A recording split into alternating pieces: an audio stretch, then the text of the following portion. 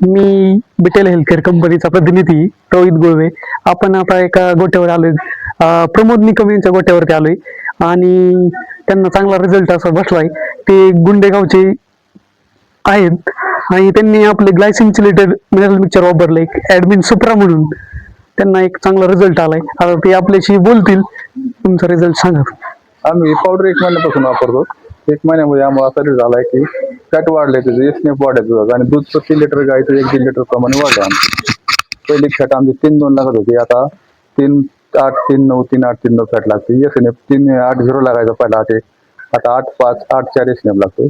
मी दोन्ही पण वाढले आणि गायांचं तब्येतीला खाणं वाढले गायांचं पहिल्यापेक्षा आणि तब्येत सुधारली गायांची चांगली. पहिल्यापेक्षा तब्येत चांगली झाली गायांची, चमक आली गायांना. आणि आता म्हणजे रेट कसा पडलाय तुम्हाला आणि किती डिग्री मध्ये? ₹34 ₹34 रेट पडत नव्हता, आता 35, 36, 36.5 रेट येतोय आमचा. एसनेफ आणि फॅट वाढल्यामुळे रेट वाढला आमचा. हा हा हा. हो. आणि फॅट डिग्री कितीने वाढली आपली? पहिली किती होती? 3, 4 पॉईंट वाढले दोन्ही पण, एसनेफ आणि फॅट हा हा. दोन्ही पण वाढले. दोन्ही वाढल्यामुळे आम्हाला मग ते रेट वाढून हा. आता 2-3 लिटर, 1-1.5 लिटर गायचं वाढलं.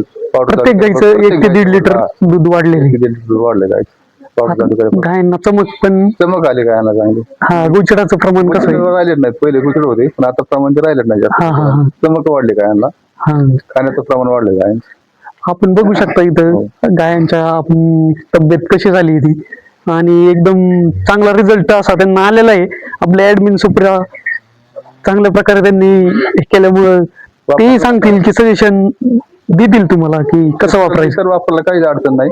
आम्हाला या अगोदर शंका वाटत होती की बऱ्याच पावडर वापरल्या पण वेळ तशीच असेल, पण हे पावडर मध्ये थोडा आम्हाला फरक जाणवला इतर पावडरपेक्षा. पावडर पहिल्या आम्ही वापरायचं दुसऱ्या, परंतु तिचा रिझल्ट थोडा जास्त वाटला आम्हाला. चालेल. वापरण्यास काहीच हरकत नाही शेतकऱ्यांना बाकीच्या. ओके, धन्यवाद.